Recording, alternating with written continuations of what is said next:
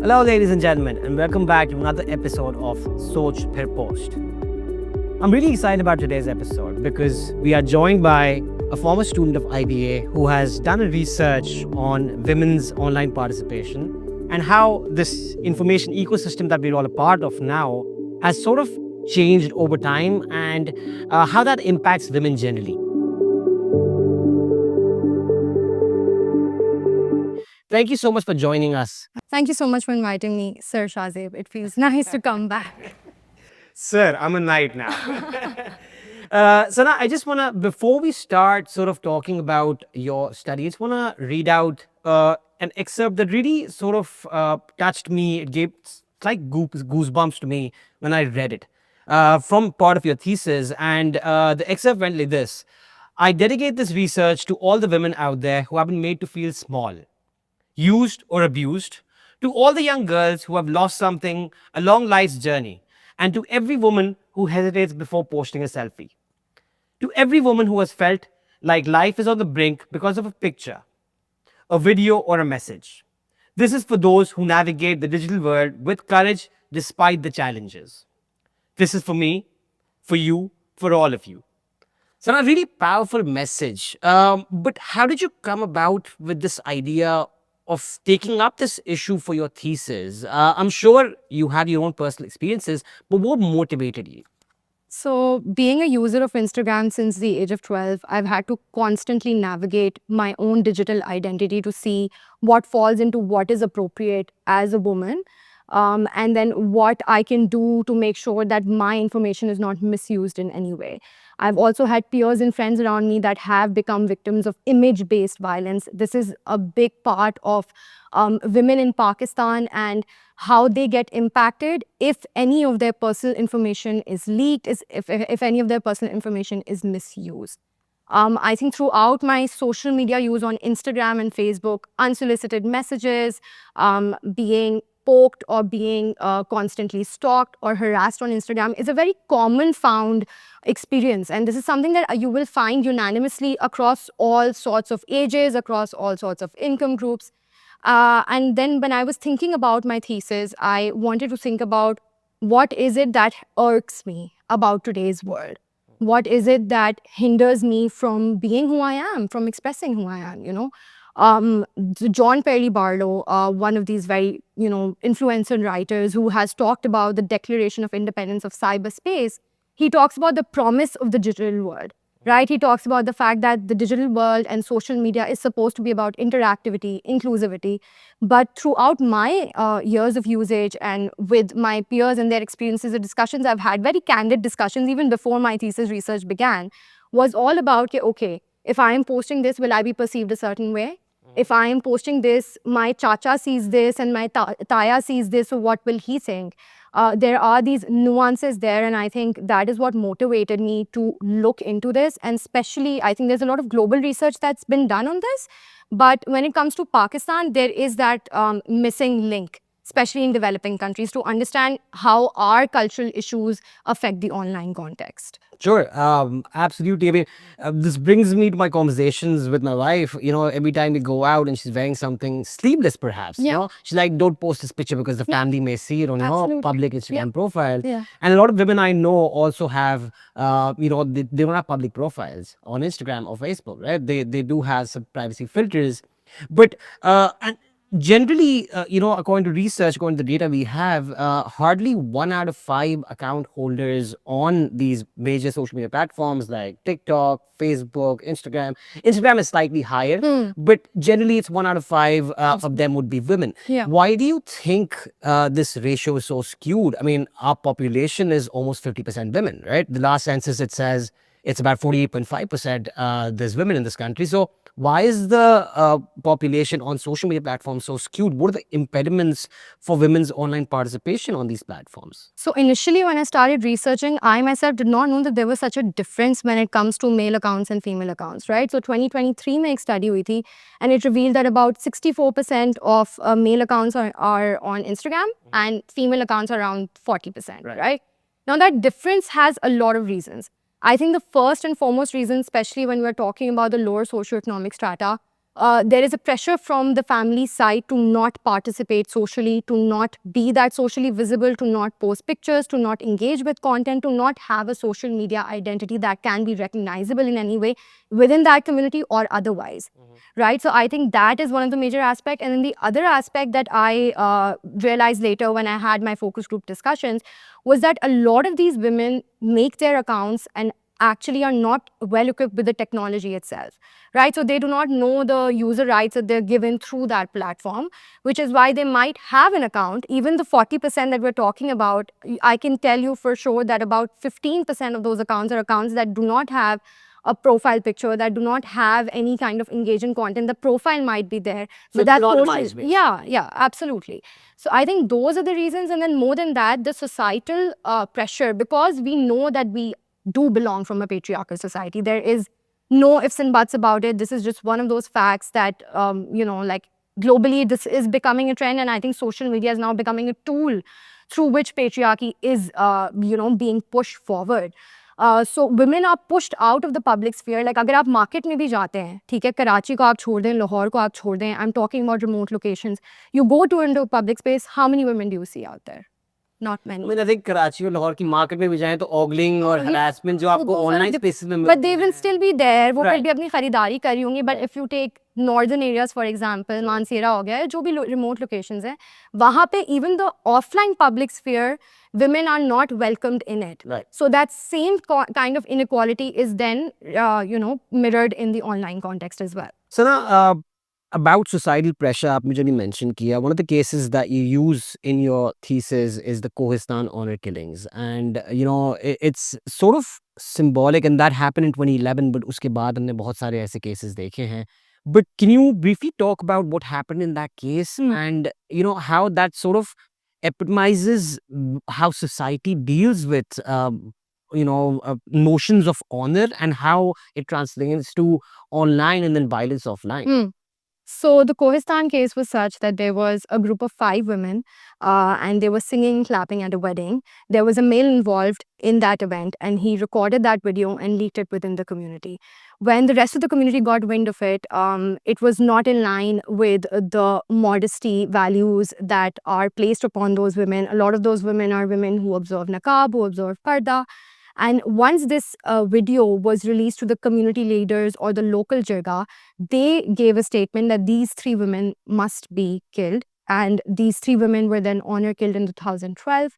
Ab jaake, I think 2 years back, the male that leaked that video has gotten imprisonment. And I think the first time the court actually took up this case was in 2018. Yeah, right? yeah. तो इतना बड़ा gap, which is what we've seen in a lot of these cases where when women are the receiving end of, harassment even, forget violence, forget honor killings, even harassment, cyberbullying, Yeah. they have little to no recourse to, any sort of legal system that they can have faith in कि उनके मसाइल हल करे. Bilkul. Right? Absolutely. How was your experience when you were talking to women? Let's sort of circle back and can you sort of explain how you went about doing your research, methodology क्या थी आपकी, and then we move on to that part. So when I wanted to look into this, I wanted to understand basically how women navigate their privacy online and how it differs from different socioeconomic statuses, right? So I wanted to conduct a focus group of a total of 26 participants, which I then proceeded to divide into 3 categories. The higher income group, these were colleagues of a marketing agency that I had a very open conversation with. The second middle income group were students of a secondary high school. So we're talking about an age group of 18 to 19. And then the third was the most interesting one. It was the lower income group where I went to a local parlor in my community and had a conversation with the girls that work at the parlor. My specific choice of that, so my supervisor really was like, why do you want to, do a focus group in a parlor? And I think the choice was very deliberate in the way that, number one, this was a complete safe space for these women because they worked there.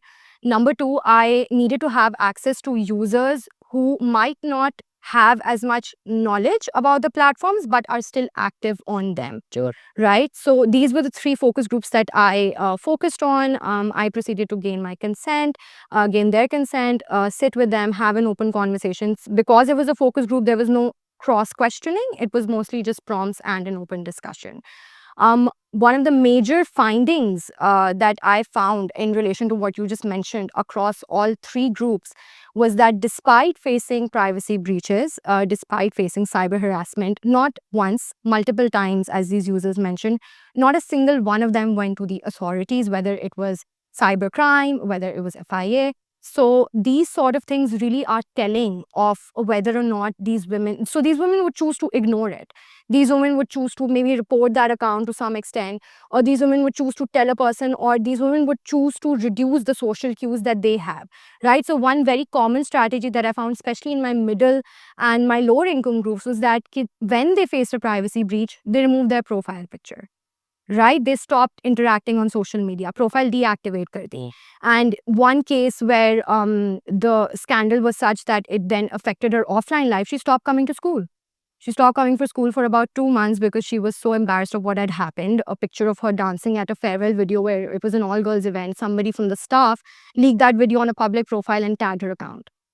Right. So we are talking about real people here. We're talking about an 18-year-old We're talking about an 18-year-old. dancing at all girls event and Absolutely. ये video share कर दी एक staff member ने, and that's how it sort of translated offline जहाँ पे she couldn't face all her colleagues, all her She couldn't come back to school, right? Like, उसका learning loss भी वहाँ पे involved है. Absolutely. But Sana, you mentioned some of these women who spoke to you, they talked about how, they would anonymize their profiles or they would remove their profile pictures. But honestly, जब इस तरह के cases होते हैं, there are avenues for legal recourse, right? हमारे कवानीन हैं, हमारी authorities हैं. Why aren't women accessing those avenues? Why aren't women approaching the law enforcers अगर उनके साथ इस तरह के कोई हादसात हो रहे हैं? So before I answer that question, I'd like to tell you about a case that happened in 2017. This is the case of Naila Rind, and she was a university student in the University of Sindh, right? And she was being blackmailed by a professor in the same university to get into an illicit relationship with her, and she was being blackmailed with her personal sexually explicit content for about 3 months. She did go to the relevant authorities. She contacted them. There was such a delay in their response, and the psychological harm and the reputational harm that Naila kept thinking about and pondering about resulted in the loss of her life. She committed suicide after being blackmailed by her professor for 3 months, right? So we are talking about a delay. उस professor को अभी सजा हुई. G, like 2023. years, Yeah, 7 years. it took about 6-7 years. And of course, the professor was asked to give compensation money to the family, which is so ironic because the life that had to be lost was lost. The action that had to be taken was not taken. It was an open and shut case. The evidence was there. There was a call log. There was an email chain. There was concrete evidence for this professor to be sentenced within those 3 months or even after. But it took about 6 to 7 years for that case to actually conclude, right? So the issue isn't कि हमारे laws नहीं हैं. The issue is कि हमारी processing जब इतनी slow होगी and it takes about 6 to 7 years for one case to conclude, then no woman wants to, like, वो घनचक्कर नहीं बन सकती इस process में, वो इस system का हिस्सा ही नहीं बनना चाहती, because at the end of the day, who is facing the reputational harm? It's her. It's Naila Rind's name that I remember actually. I don't even remember the professor's name. That's the irony. That is the bias that we as a nation have.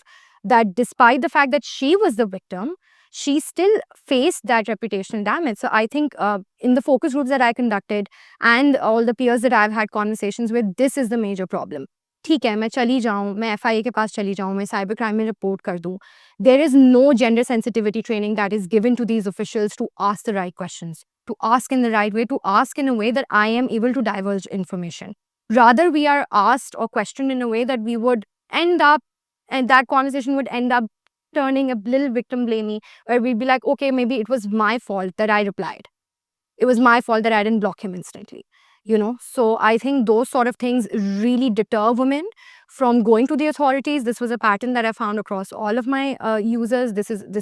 I wouldn't go to the authorities if I faced something like that. And I have faced issues. There is a reason I did this research. It's because I have faced these issues throughout my life, and yet I have never gone to the authorities just because of this fear.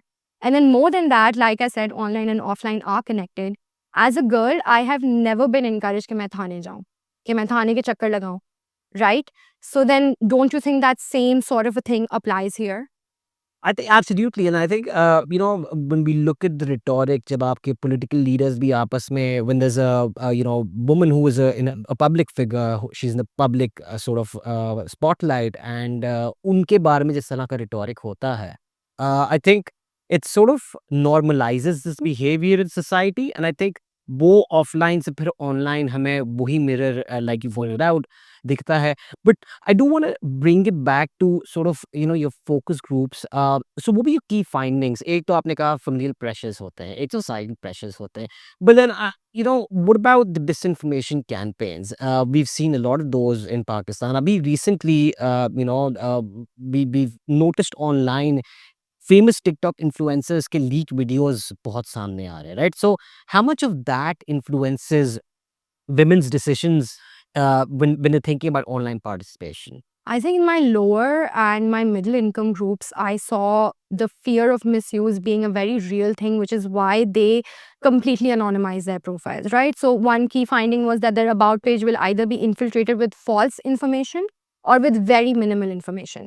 If they post pictures, it will be a picture of a flower, it will be a picture of a book, it will not be a picture of their face. If their face is shown, only the eyes are visible. And when prompted upon why, it was a very simple answer. It was that I know that my pictures can be misused. And also, like I said, that it is also, you could say their brothers or their fathers or their mothers that have told them that, if you post this picture, it will be misused somehow. And they have seen cases around, they have used other, so a lot of the focus group participants also talked about their other friends who have faced this, right? So another aspect of the fear of misuse in these focus group participants was that since they do not know about the basic features such as Facebook profile lock, right? So this was a common theme that I found in my lower income group, in my middle income group, that they do not know how to use the platform settings that are available to them, which is why they are afraid that if they post any picture, it is going to be misused. Interesting. And how does that sort of deviate? Yeah, how does that compare when you took three focus groups and they were divided along socioeconomic status, right? So how did the knowledge of these platforms, or how did the confidence to be online or visible vary across these socioeconomic groups?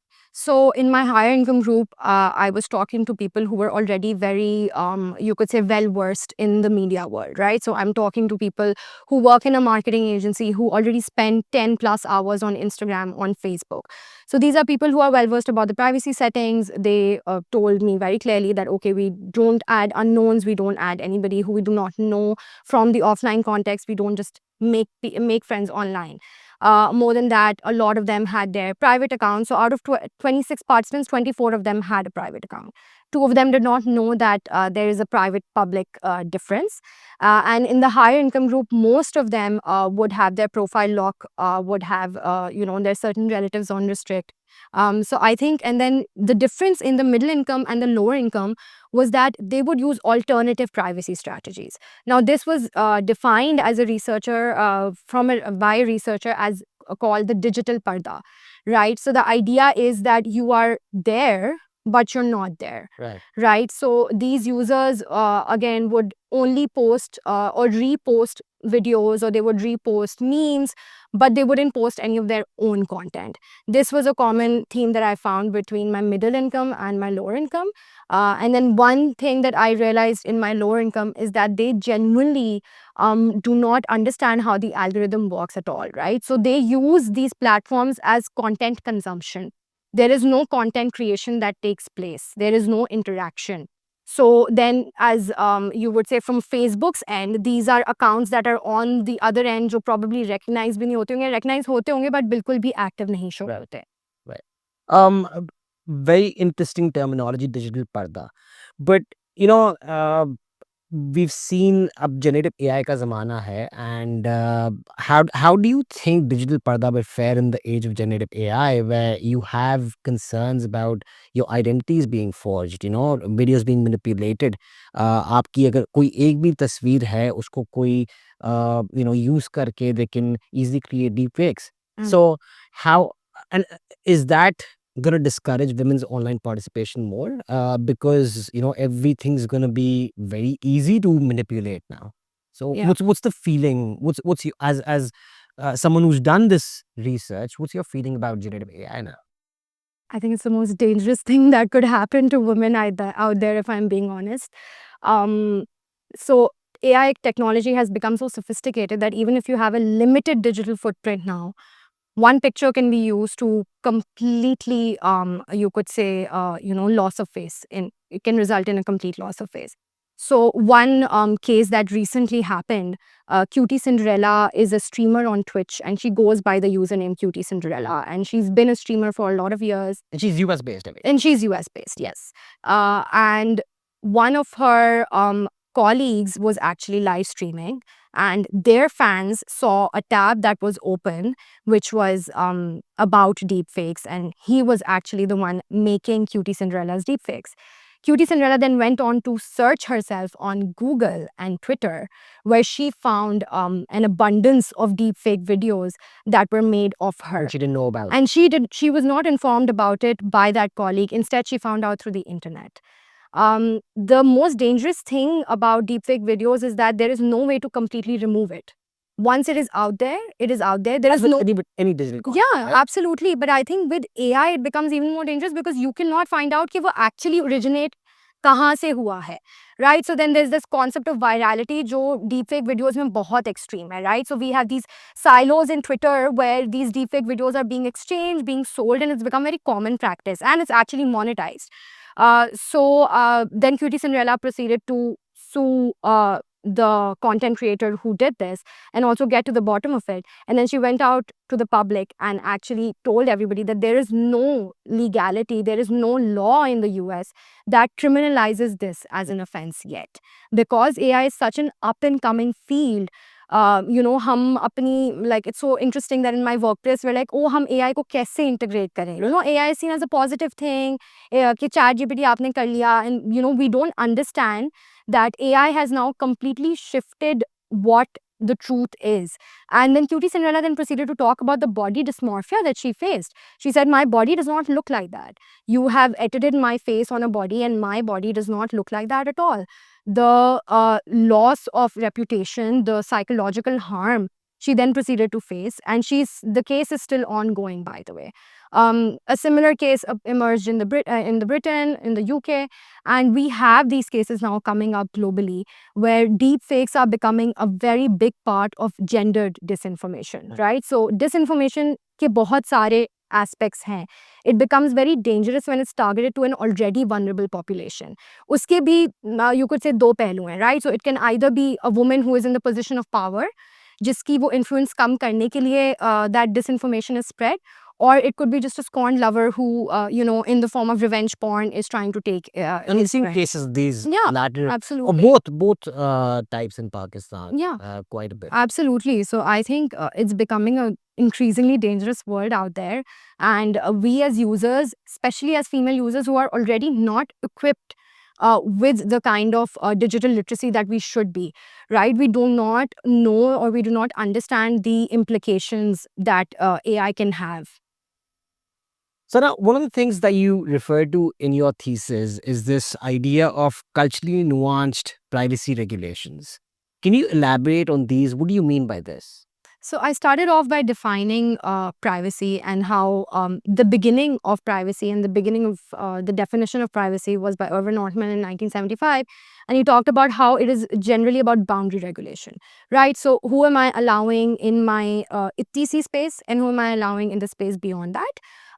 Now, in the age of social media, the concept of privacy has completely shifted, right? So when you are interacting with social media, you're constantly negotiating self-disclosure and privacy to be able to interact with that tool. Interesting. Right? So another aspect of privacy that I highlighted was that privacy itself has become a luxury commodity, right? So if I'm not digitally literate in the platform, then I do not know how to keep myself safe. And this was again a finding in my focus group as well. When I'm talking about culturally nuanced privacy regulations, I am talking about the big guys, right? So when we're talking about Facebook, we're talking about Instagram. These are creators who are sitting in Silicon Valley and have made regulations based off of their understanding of Pakistan or India or Bangladesh. However, they have not involved any local stakeholders when it comes to these community guidelines. So a lot of the times, हमारी language में अगर किसी लड़की को गाली दी जा रही है, it is not even flagged on Facebook because it is not something that's part of the algorithm. या मुहावरे यूज होते हैं बिल्कुल, absolutely. राइट एंड कल्चरल होते हैं ऑल्सो इट्स नॉट जस्ट के पाकिस्तान का भी एक होमोजेनस कल्चर तो नहीं है ना someone in Karachi would have a different idea of privacy than someone in Mansehra, for instance. Absolutely. Right? So it really depends on the socio-cultural context of where that person is located and, you know, perhaps the family they belong to also. Because Karachi में भी homogeneous culture नहीं है. Karachi में भी different ethnicities रहती हैं, different conservative, left, right, हर तरह के लोग रहते हैं. तो, you know, you're absolutely right. Okay, but how do you come about this? You know, you posit this idea, but what needs to be done here? Does it need to be done at the state level? Does it need to be done at the regulators level? जो platform level? कहाँ पे? Where does this come about? I think first of all, it needs to come about from the users level as well, holding these platforms accountable and critically engaging with them. You are not just making an account. It is not just about making Facebook friends anymore. You critically engage with that platform and hold Meta accountable for the ways that they have. So we know that they trade data, right? We know that our data is being tracked. We know it's being sold. We know it's being traded. That is just one aspect of it. But we also know that it is this same tool that promised inequality that has now become the same tool for oppression, right? So the idea is that it cannot just be done at a state level. It needs to come from those platforms as well. They need to take in the opinions of local stakeholders. They need to involve specifically vulnerable populations, right? So I'm not just talking about women here.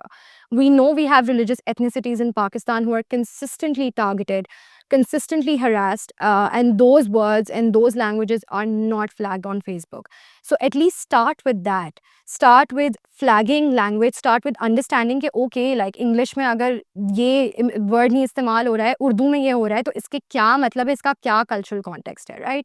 So I think we start with that, and then we take it forward. And then, of course, if it's being done from the platform level, it then needs to be taken seriously from the state level, right? अभी तो हमारी, as we discussed, के implementation पे ही हम इतना काम कर रहे हैं कि we don't understand how these platforms are affecting our population, how they're affecting our vulnerable populations as well.